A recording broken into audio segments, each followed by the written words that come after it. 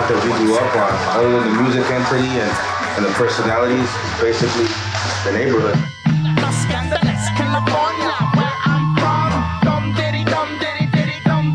I lived in Southgate with Sen and his family.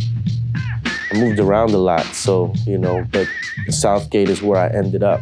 Yeah, back in like 79, 80, my mom and dad bought a house on Cypress Ave. I was already down with Sen and Muggs and all them. We had already been, doing the rap thing for a while, but it was just hobby stuff. And, when we separated for a while and I got involved with the gangster lifestyle, it wasn't nothing positive, but I was learning a lot about life in the street. Eastside LA, Cypress Hill all day, off the line.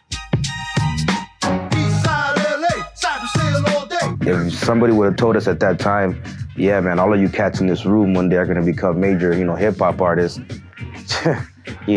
we're all sharing the same bowl of Raisin Bran and hoping Aladdin's mom or Muggs' mom would kick down some food or, just straight, just trying to make it, At first, it was all work, they had us doing promo work everywhere.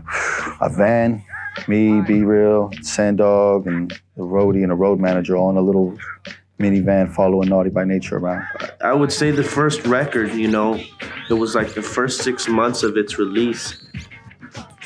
It wasn't really doing that well. Killer Man started getting pumped up in New York, and they said, let's do a video for Killer Man. So we went and did that, and boom, everything just hit. And it goes like this. Take five, hanging out the window with my magnum, taking out some putos, acting kinda local. I'm just another local kid from the street, getting paid for my vocal.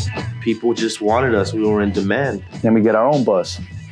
Yeah, then we get our own bus. But still, it wasn't like over the hump. Now we're platinum and stuff, but we opening up on the Beastie Boy tour. Trust nobody, gotta look over your shoulder constantly. During the course of our career, we've developed two sets of fans.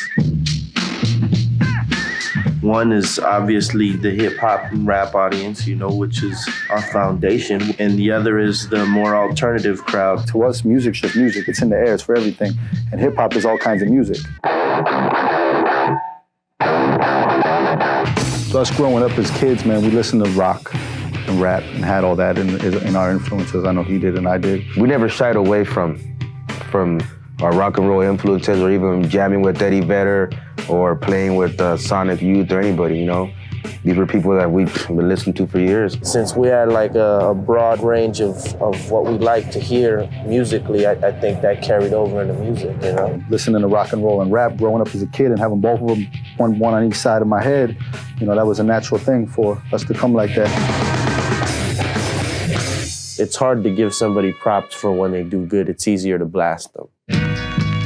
It's interesting, the years of criticism, for doing stuff like the Judgment Night soundtrack, going on alternative tours and touring, doing stuff like Woodstock or Lollapalooza.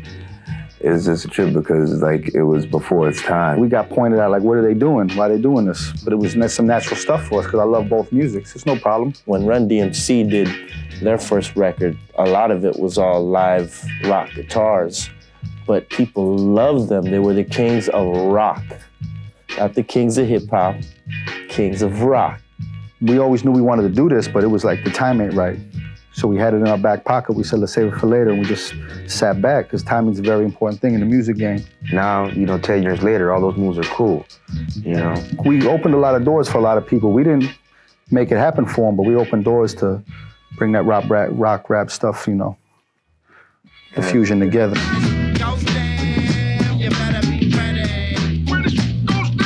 Hip-hop is blues and funk and soul and jazz. Everybody borrowed all those elements.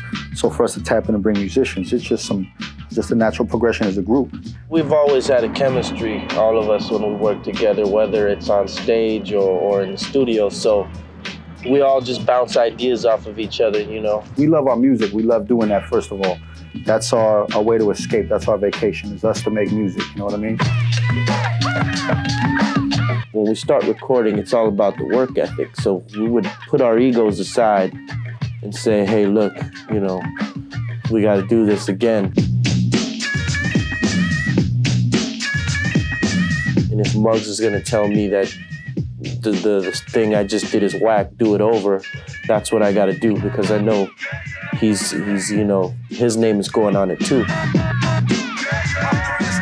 Yeah, we ain't trend chasers. You know, there's a lot of groups I see they trying to chase the trend every couple years when they drop their new album, and you could hear it in their sound and see it in their style. But we just try to stick true to what we're doing and just go. We always go against the grain and make a left when people's going right.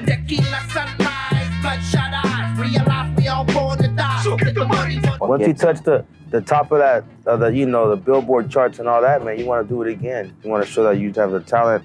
You can do that every time you come out. So you wanna be a rap superstar and live large, your big house, 5 cars, you're in charge. Coming up in the world, don't trust nobody, gotta look over your shoulder constantly. There's nothing like hearing the song when it's done. If it's a good song and you're listening to it and you could be happy with it and say, you know, I can live with that. That's the rewarding part, you know, knowing that it got out there and people liked it and it was well received. What's your number? I would like to get to know you. Can we have a conversation? Tonight is young, girl, give me a chance. You just want to keep stepping it up on each go-round, you know? You don't want to ever be satisfied. What's your name? What's your number? I would like to get to know you. Can we have a conversation? Tonight is young, girl, give me a chance.